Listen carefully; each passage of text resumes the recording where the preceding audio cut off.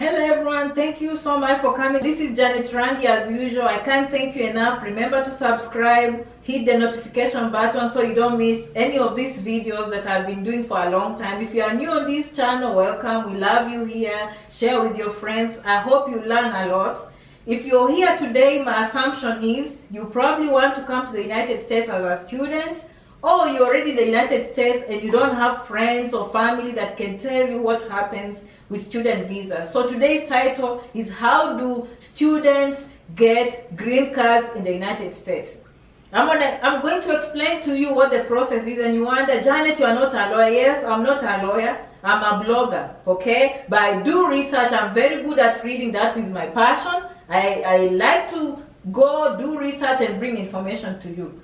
But having said that, myself, I have to tell you my story. I came to the United States as a student on F1, and I did all these things. I got a green card, and now I'm a citizen of the United States. So you can see why I'm telling you today, this is not guesswork. This is real life experience. You're seeing someone that came just like you as a student, or if you're aspiring to come here on F1 student visa and one day stay in the United States permanently, consider watching this video to the end.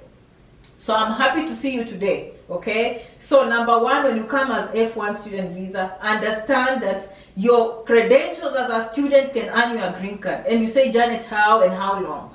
Honestly, before you choose your courses, you need to know which courses are in demand. You need to know which courses give people green cards. And I'll continue doing more videos. That is one good reason for you to subscribe. Subscribe so you can get more information. Or what are these courses that people take that give them green cards? But for today, I'll focus and tell you, when you're a student, there's a possibility that you can change this F1 student visa to green card. So the first thing you want to do is to choose the course wisely. For example, you choose to do nursing, you choose to do medicine is a different case, but you do information technology, you do business administration. After you graduate, okay, we recommend, it is recommended. It's not impossible, but it's recommended that you do a master's program. So make sure you enter a master's program.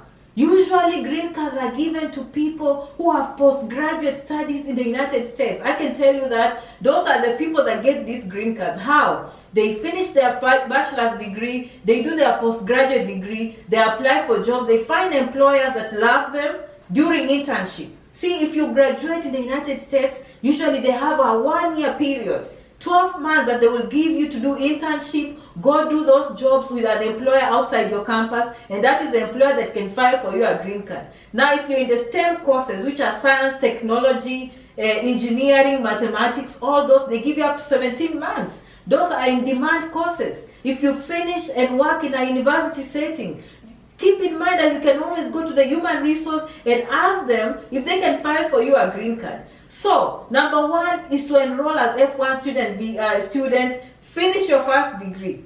Preferably do a postgraduate. The best is doctorate, of course. If you do a PhD, you will always be in demand. So that is the pathway of students getting to green card. Usually you have to go to school on F1. When you're done, during OPT, which is optional practical training, or I don't know if it's optimum or optional practical training, it's 1 year.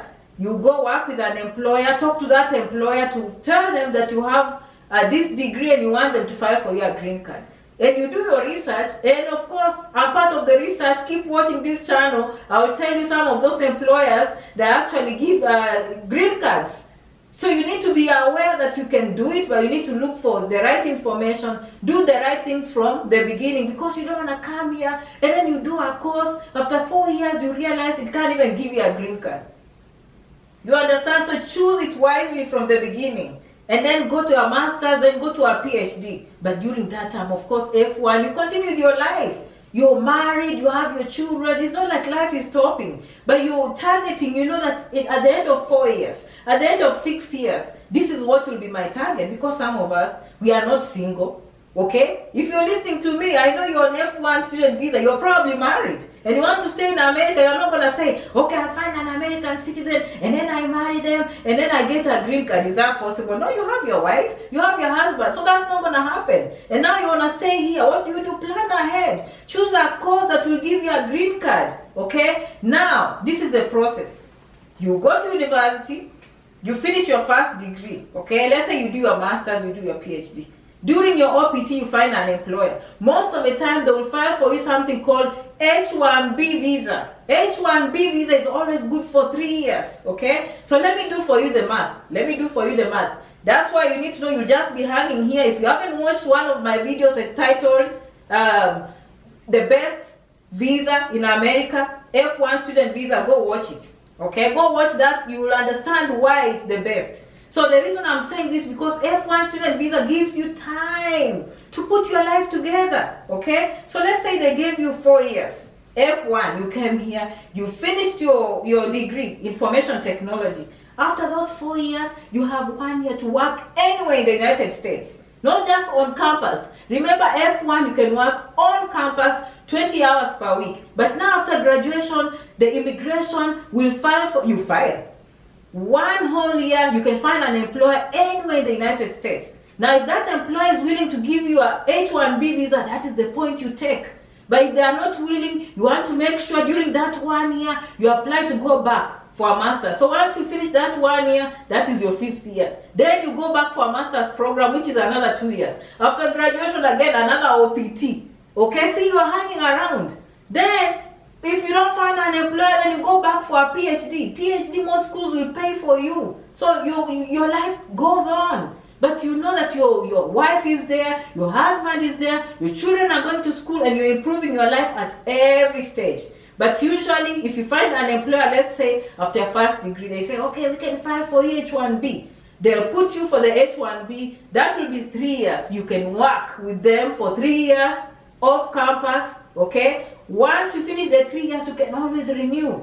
H-1B is good for 6 years. You understand? So we have 4 years of school, 1 year of OPT. We have 3 years on H-1B. Before it expires, we renew another H-1B. Honestly, by that time, it's more than likely that employer would have filed for you a green card. That means you change from H-1B now to permanent residency. So that is how students get these green cards. They work hard, they go to school, they graduate, then ask the employers to file for them a green card. Voila! So I hope you learned something today. I don't want to keep this video too long, but I love you so much for following. Keep following, subscribe, go to the comments. If you have any questions, come and respond. I'll try and do a good job. I haven't been doing a good job, but I'll try and do a good job and respond to all your questions. I love you for coming. Keep coming. Thank you for subscribing. See you in the next video.